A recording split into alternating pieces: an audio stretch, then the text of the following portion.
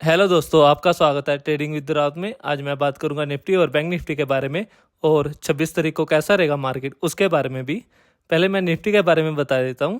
Nifty आज gap up open होती है और इसने ऊपर की तरफ 23,870 के करीब का हाई बनाया और इसने नीचे की तरफ 23,600 के करीब का लो बनाया और निफ्टी बंद हुई आज 23,670 के करीब बंद हुई है।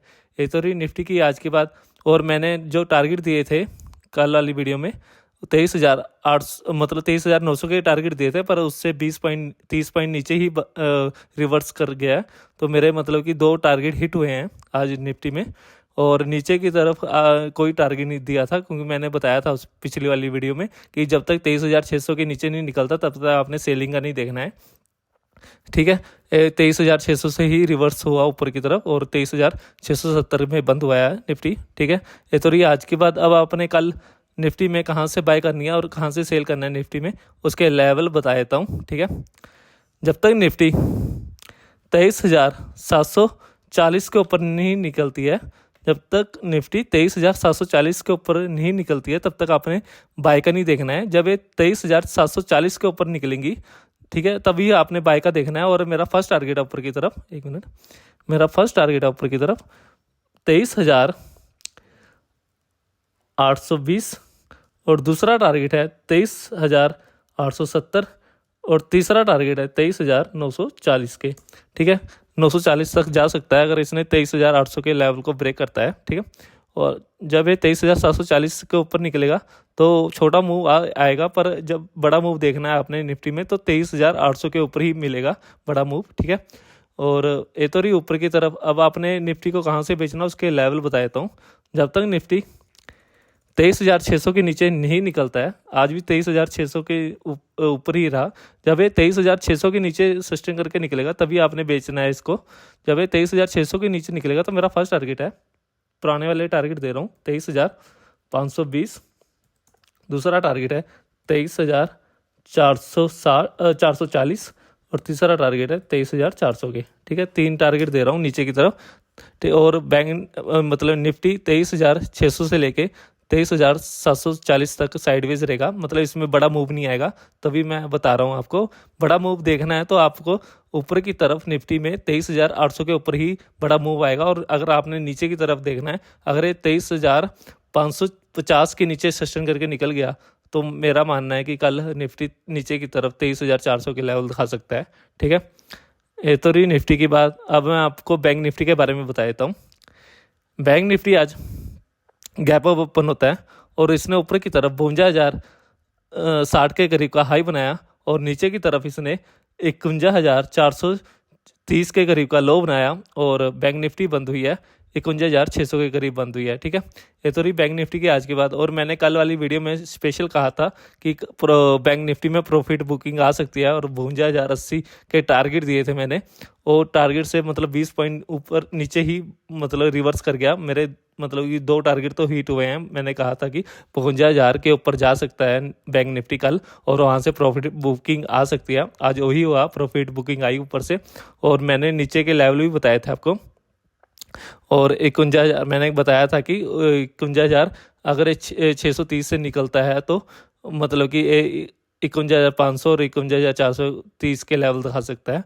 वहीं से इसने रिवर्स किया तो मेरा नीचे की तरफ से भी टारगेट हिट हुए हैं और ऊपर की तरफ से भी टारगेट हिट हुए हैं बैंक निफ्टी में। ये तो रही आज की बात। अब मैं आपको बताता हूँ कल बैंक निफ्टी में कहाँ से बाय करना है आपको और कहाँ से सेल करना है बैंक निफ्टी में, उसके लेवल बता देता हूँ।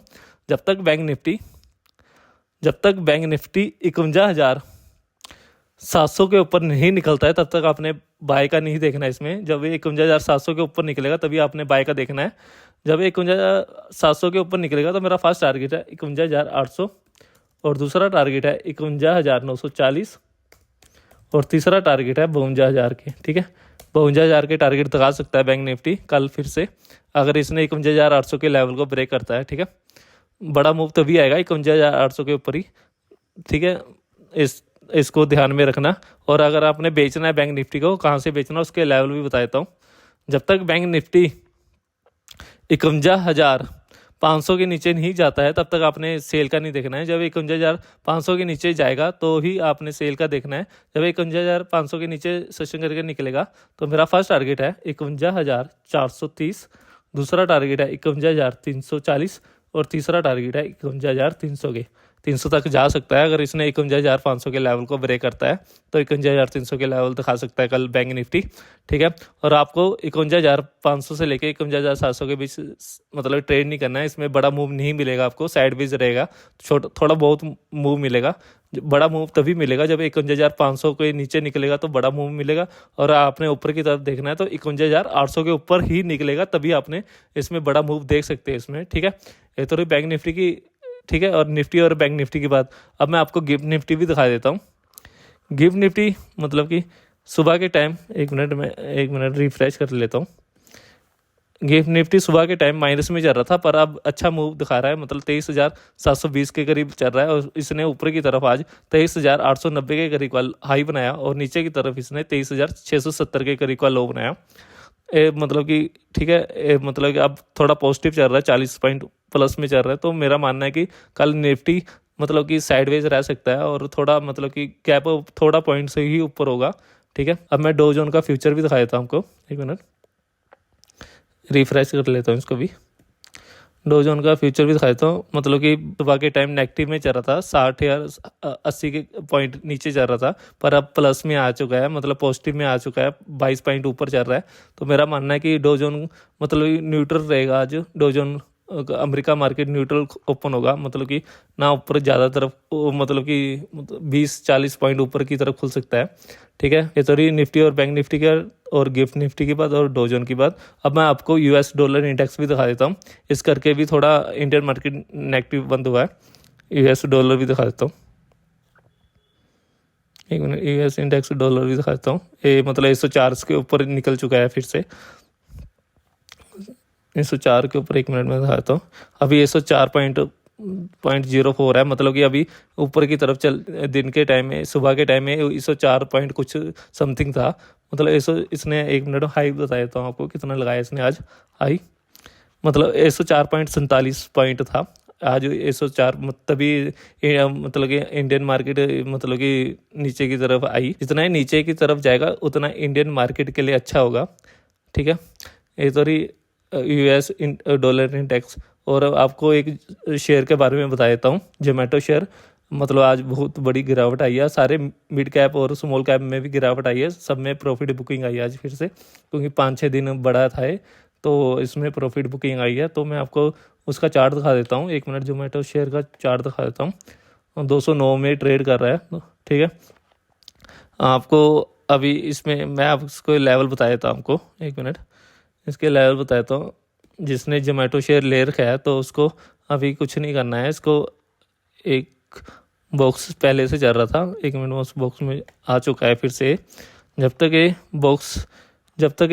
214 के ऊपर नहीं निकलता है, 214 या 215 के ऊपर नहीं निकलता है, तब तक आपने इसमें मतलब कि बाय का नहीं देखना है। अगर जिसने ले रखा है ऊपर की तरफ से, जिसने 225 या 230 के लेवल में देख रखा है, तो 200 का मतलब कि, हाँ 200 का मतलब कि स्टॉप लॉस जरूर लगाए इसमें, ठीक है। ये तो रही जोमेटो शेयर के बारे में।